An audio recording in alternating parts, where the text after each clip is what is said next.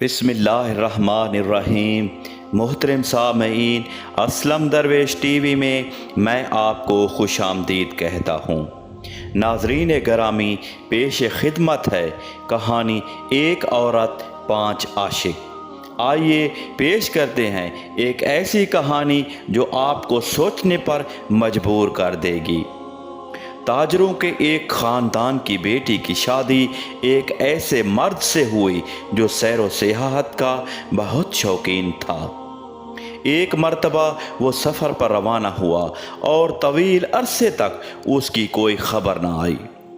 اس کی بیوی احساس تنہائی کے ہاتھوں تاجروں کے ایک نوجوان خوبرو بیٹے کی محبت میں گرفتار ہو گئی۔ دونوں ایک دوسرے کی محبت کے اسیر تھے۔ ایک دن اس نوجوان کا کسی آدمی سے جھگڑا ہو گیا۔ اس آدمی نے پولیس میں رپورٹ لکھوائی۔ سربراہ پولیس نے اس نوجوان کو گرفتار کر کے جیل میں ڈال دیا۔ جب یہ خبر اس تاجر کی بیوی یعنی اس نوجوان کی محبوبہ تک پہنچی تو اس نے اپنے سب سے قیمتی کپڑے اور زیور زیب تن کیے اور غصے میں آگ بگولا سربراہ پولیس کی خدمت میں پہنچی۔ پہلے وہ آداب بجا لائے اور پھر ایک تحریری رنجش پیش کی جس میں درج تھا کہ یہ شخص جو قید میں ڈالا گیا ہے وہ میرا عزیز بھائی ہے، وہ بے گناہ ہے، اس کے خلاف جھوٹی شہادت پیش کی گئی ہے اور اسے ناجائز طریقے سے قید کیا گیا ہے اور اس کے بغیر میں لاوارث ہوں۔ اس لیے میں یہ درخواست کرتی ہوں کہ اسے جلد سے جلد رہا کیا جائے۔ جب وہ گزارش والی تحریر پولیس والے کی خدمت میں پیش کی گئی تو ایک نظر اس نے عورت پر ڈالی اور وہ اپنا دل کھو بیٹھا۔ والی شہر نے عورت سے کہا کہ تم میرے گھر میں ٹھہرو جب تک اس نوجوان کو قید خانے سے منگوائیں۔ جب وہ آ جائے گا تو ہم اسے تمہارے ہمراہ بھیج دیں گے۔ اس عورت نے کہا، میرا خدا کے علاوہ کوئی نگہبان نہیں، میں ایک اجنبی عورت ہوں اور کسی نامحرم کے گھر داخل نہیں ہوتی۔ والی شہر بولا، جب تک تم میرے گھر نہیں جاؤ گی میں اس مرد کو رہا نہیں کر سکتا۔ ہمارا تنہائی میں ملنا بہت ضروری ہے۔ وہ عورت جو والی کا در پردہ پیغام سمجھ رہی تھی بولی، اگر ایسی بات ہے تو آپ میرے گھر تشریف کیوں نہیں لاتے؟ وہاں آپ آرام ہی کر لیں گے اور ہم گفتگو کے لیے وقت بھی نکال لیں گے۔ پولیس والے نے کہا کہ تمہارا گھر کہاں ہے؟ اس عورت نے اپنے گھر کا پتہ دیا، وقت تعین کیا اور بڑی بے نیازی سے آگے بڑھ گئی۔ اس کے بعد وہ قاضی کے پاس پہنچی اور کہنے لگی، اے قاضی صاحب، ہمارے نگہبان کیا بات ہے؟ قاضی نے پوچھا، اگر آپ میرے بارے میں انصاف کریں گے تو خدا آپ کو اجر عظیم بخشے گا۔ قاضی نے کہا کہ تمہارے ساتھ کس نے ناانصافی کی ہے؟ اس عورت نے کہا کہ میرا بھائی جو معصوم ہے اسے والی شہر نے پولیس کے کہنے پر جیل میں ڈال دیا۔ اس کے خلاف جھوٹی شہادتیں پیش کی گئی ہیں۔ میری آپ سے درخواست ہے کہ اسے رہا کرنے میں میری مدد کیجیے۔ قاضی نے اس عورت کے حسن کو دیکھا تو بس دیکھتا رہ گیا اور اس نے اپنے جذبات فرق کو قابو نہ رکھا۔ بولا، تم میرے گھر میں میری ملازموں کے پاس میرا انتظار کرو، میں والی کو پیغام بھیج کر تمہارے بھائی کو منگواتا ہوں۔ تمہاری باتوں نے میرا دل موہ لیا ہے۔ وہ عورت اس مرد کے دل کا بید جان گئی۔ بولی، اگر آپ نے کچھ وقت گزارنا ہے تو میرے گھر آئیے جہاں ملازمیں مخل نہیں ہوں گی اور ہم اکیلے میں بات کر سکیں گے۔ قاضی نے کہا کہ تمہارا گھر کہاں ہے؟ اس عورت نے اپنے گھر کا پتہ بتایا اور اسے بھی وہی وقت دیا جو والی شہر کو بتا چکی تھی۔ اس کے بعد وہ وزیر کی خدمت میں پیش ہوئی اور اسے بھی وہی بتایا۔ وزیر نے بھی اس کے حسن کو دیکھا اور ملاقات کا بہانہ تلاش کیا۔ عورت نے اسے بھی اپنے گھر کی دعوت دی اور اسے بھی وہی وقت پر بلایا جس وقت پر اس نے باقی سب لوگوں کو دعوت دی تھی۔ اس کے بعد وہ بادشاہ کی خدمت میں حاضر ہوئی اور اپنی رام کہانی سنائی اور نظر کرم کی گزارش کی۔ بادشاہ وقت نے اس کی باتیں سنی تو اس کا دل محبت کے تیروں سے چھلنی ہو گیا۔ بادشاہ نے پوچھا، تمہارے بھائی کو کس نے قید کیا ہے؟ سربراہ پولیس نے اس نے جواب دیا۔ بادشاہ نے یہ مشورہ دیا کہ وہ اس کے ساتھ محل میں چلے، کچھ دیر آرام کرے تاکہ وہ قاضی کو پیغام بھجوا کر اس کے بھائی کو رہا کروا سکے۔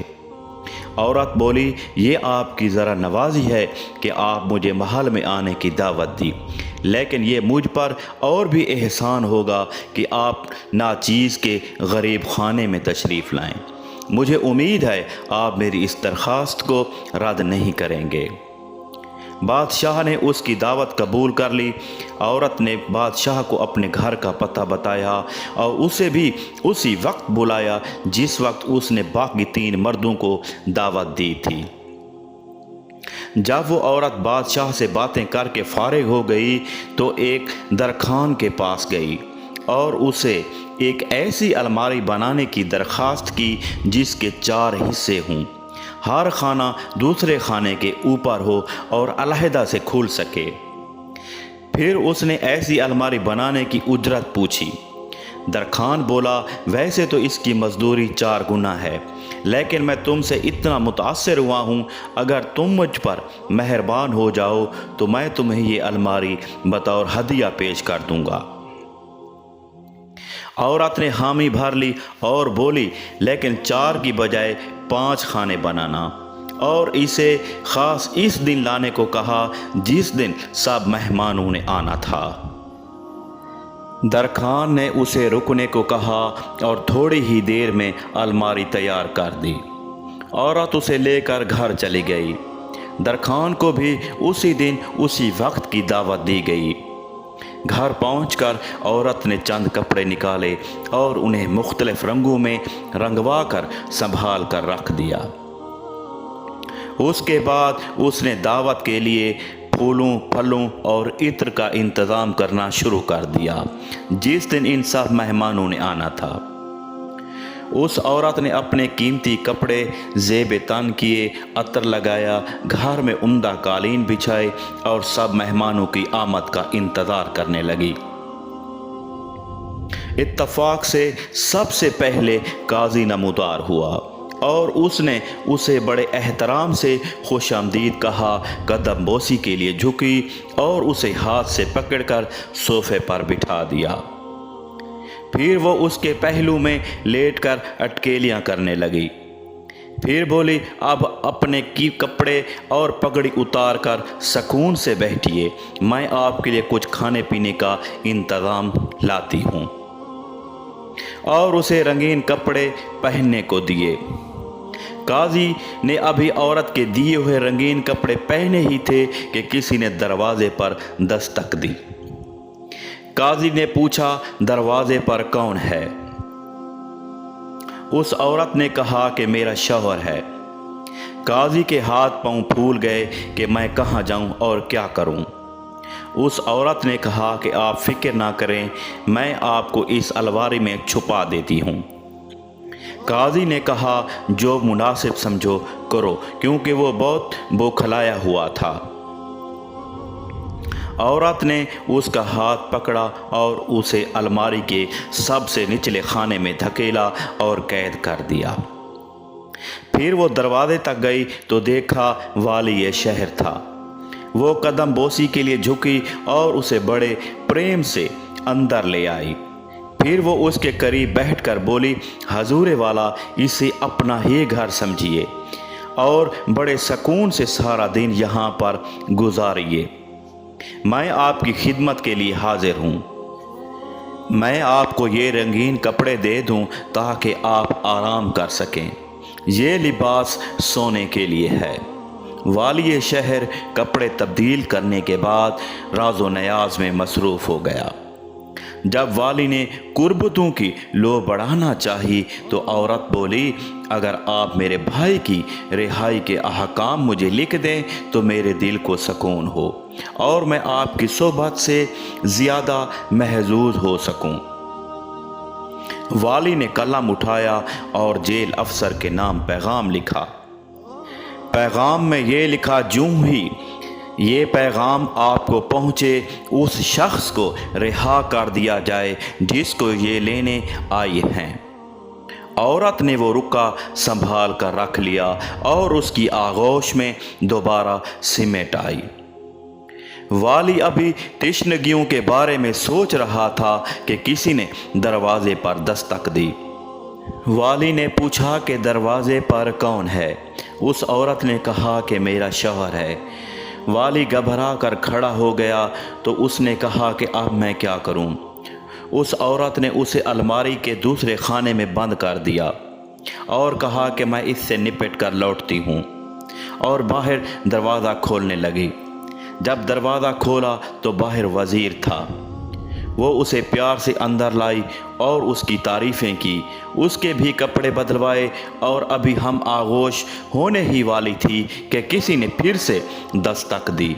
وزیر گھبرا گیا، اس نے بھی الماری کے تیسرے خانے میں وزیر کو بند کر دیا اور دروازہ کھولنے چلی گئی۔ اس دفعہ بادشاہ سلامت تھے۔ وہ بادشاہ کی قدم بوسی کی اور اس کا ہاتھ پکڑ کر اس کو اندر لے آئی۔ اس نے بادشاہ کو خصوصی جگہ پر بٹھایا اور بولنے لگی، میری کتنی خوش قسمتی ہے کہ آپ نے میری کٹیا کو رونق بخشی۔ آپ سکون سے کچھ وقت گزاریں، میں نے آپ کے لیے ہلکے پھلکے کپڑے بنوائے ہیں تاکہ آپ انہیں پہن کر آرام سے بیٹھ سکیں۔ اس نے بادشاہ کے قیمتی کپڑے اتروا کر سادہ رنگین کپڑے پہننے کو دیے۔ وہ عورت ابھی بادشاہ سے گفتگو کر ہی رہی تھی کہ دروازہ کھٹکھٹانے کی آواز آئی۔ بادشاہ نے پوچھا کہ یہ کون ہے؟ اس نے کہا کہ میرا شوہر ہے۔ بادشاہ غصے میں آ گیا، اس سے کہو کہ اپنی مرضی سے چلا جائے ورنہ اسے طاقت سے واپس بھیج دیا جائے گا۔ عورت بولی، آپ فکر نہ کریں، میں اسے پیار سے واپس بھیج دوں گی، آپ ذرا آرام کر لیں۔ اس نے بادشاہ کا ہاتھ پکڑا، اسے چوتھے خانے میں بند کر دیا اور واپس آنے کا وعدہ کر کے دروازے کی طرف چل دی۔ دروازہ کھولا تو باہر درخان کھڑا تھا۔ اس نے جھک کر عورت کو سلام کیا۔ عورت نے کہا کہ آپ نے الماری ٹھیک نہیں بنائی۔ درخان نے کہا کہ اس میں کیا خرابی ہے؟ درخان نے ذرا معذرت کے انداز میں پوچھا، اس کا 5واں خانہ چھوٹا ہے، تم خود گھس کر دیکھ لو۔ اس کے معائنے کے لیے اندر داخل ہوا تو عورت نے اس خانے کو بھی بند کر دیا۔ وہ خط لے کر سیدھی جیل گئی، پیغام دیا اور اپنے عاشق کو رہا کرا کے باہر لے آئی۔ اس عورت نے اپنے عاشق کو ساری کہانی سنائی۔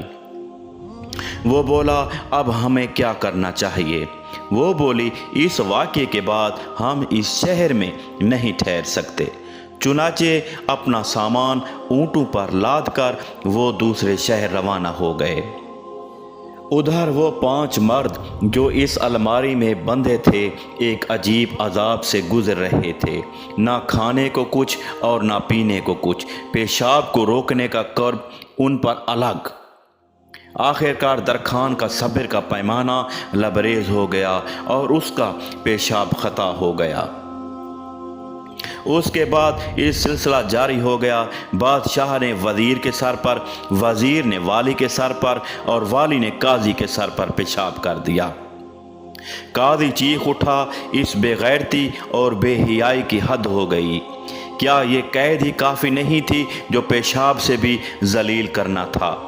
والی نے اس کی آواز پہچانتے ہوئے کہا کہ خدا تمہارا اجر زیادہ کرے گا۔